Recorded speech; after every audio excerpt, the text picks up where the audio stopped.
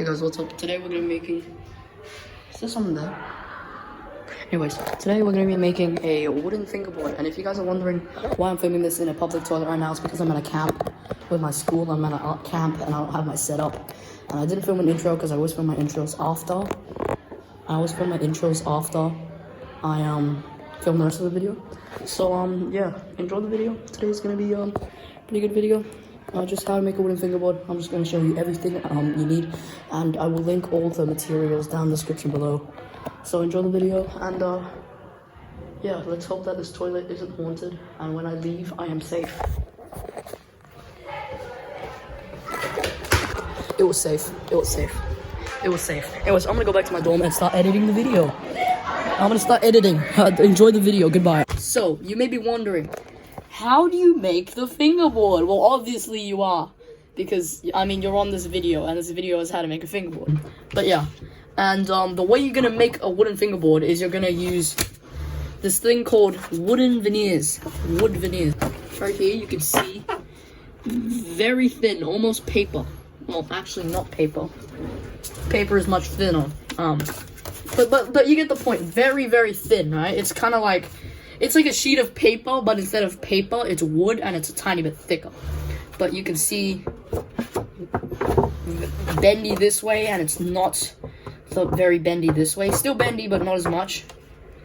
These can be pretty tricky to find, but I'll link two sources down below. Wood veneers, and if you don't want to buy them from, you know, online, you could also, you could go to your local carpentry shop, and you could basically just go to your local carpentry shop and ask them for some of their offcuts, and they'll just give you, a lot of shops will just give you their offcuts of veneer. This is 0.5 millimeter thick maple wood, and I got this sheet in an A4 size. Wooden veneers.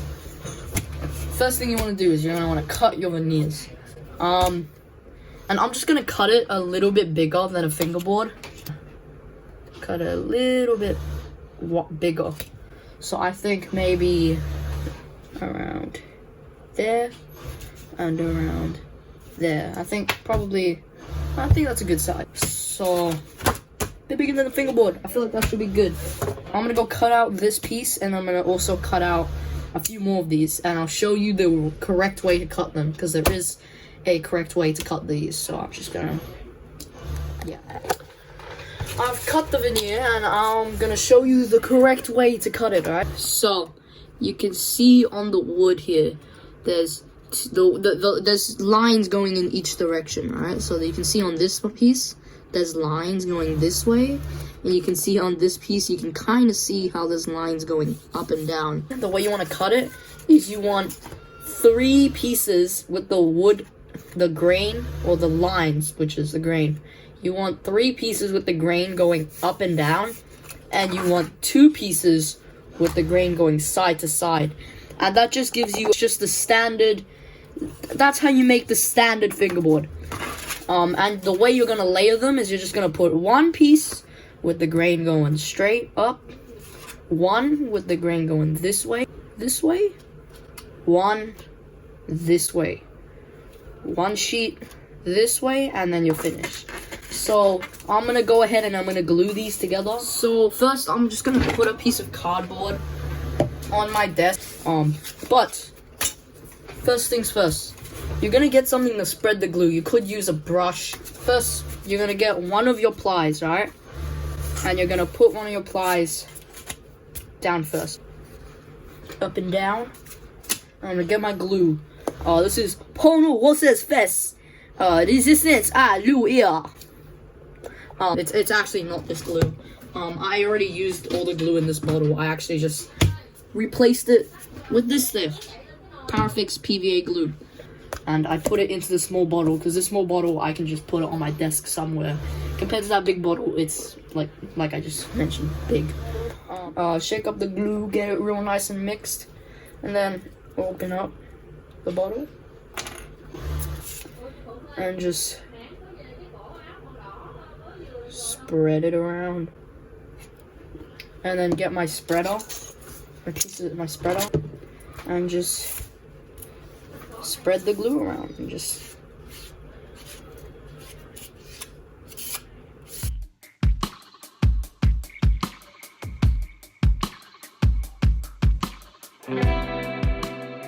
put on the next piece, which is with the grain going this way, side to side. Put it on, line it up.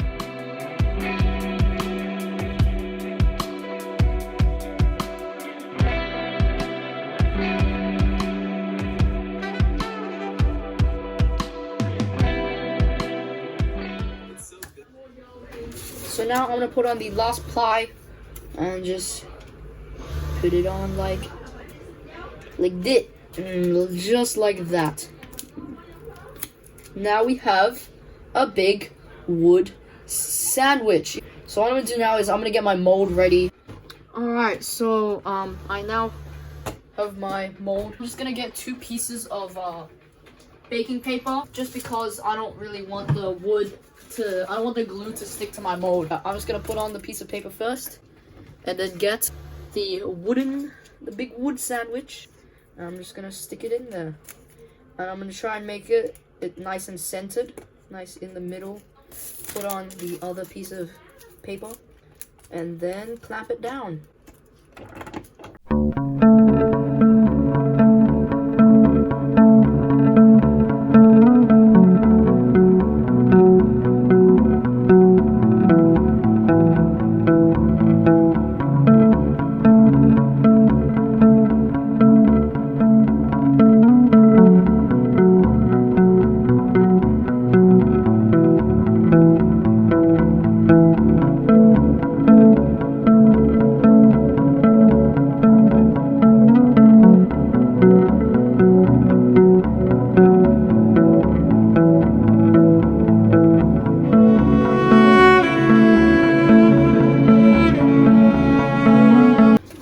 With this tiny drill bit, this very small drill bit, you can see it fits right in the hole perfectly. I'm gonna go outside and drill this, and then I'm gonna leave this for a few hours again. So yeah, I just drilled, so now I'm gonna take it out and I'm just gonna leave it so it can air dry, because if you leave it in the mold for too long, I found often, like, let me find one of the boards that one of the uncut boards that I have, like here, this is an uncut board I have, right? This looks pretty good, you know, pretty thick, but you see that little black spot there? See that little black spot? You know what that is? That's freaking mold, yo. That's freaking nasty. Yo guys, what's up? It is the next day. I left it there for like a few hours to let it air dry, and now it is crispy, it is solid, it's like a freaking potato chip.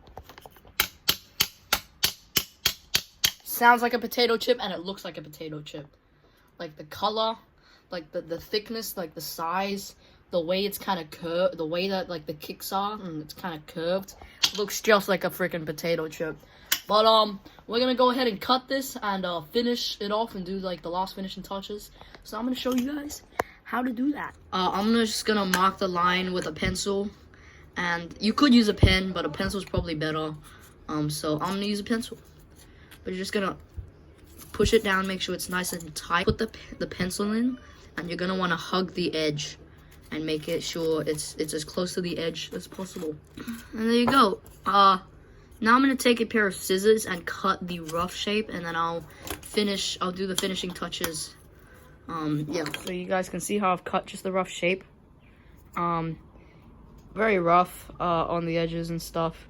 Now we're gonna hit this with some sandpaper, hit it with a router, hit it with a Dremel, with the sanding tip, and just get it down to the line, and get this all nice and cleaned up, and I'll be right back to you guys when I finish cutting this. So here you can see I have the Dremel, the sanding tip.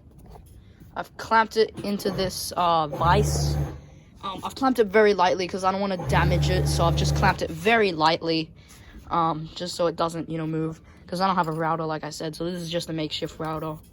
We're just gonna sand down the lines. So yeah, now we have the shape, and it's even rougher, but you know, it's closer to the line. So now I'm just gonna get a piece of sandpaper and just start sanding it manually.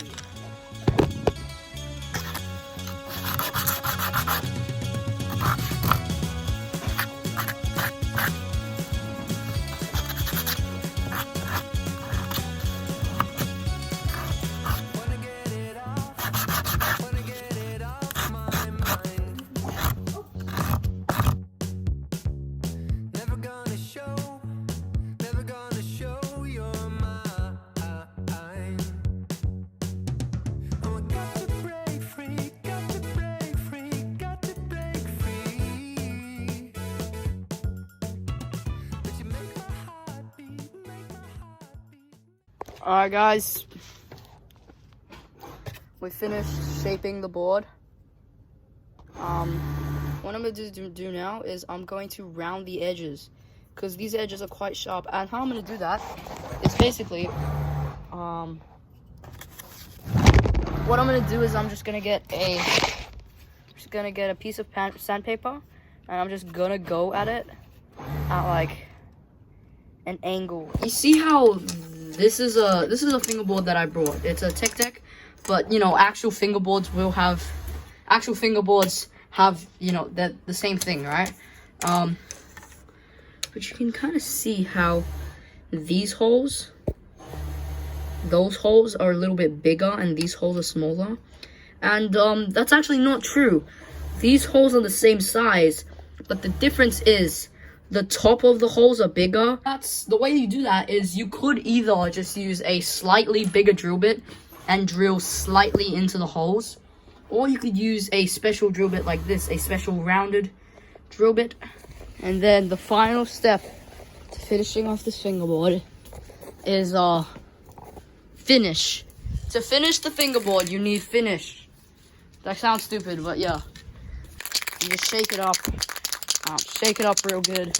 You're gonna freaking spray it.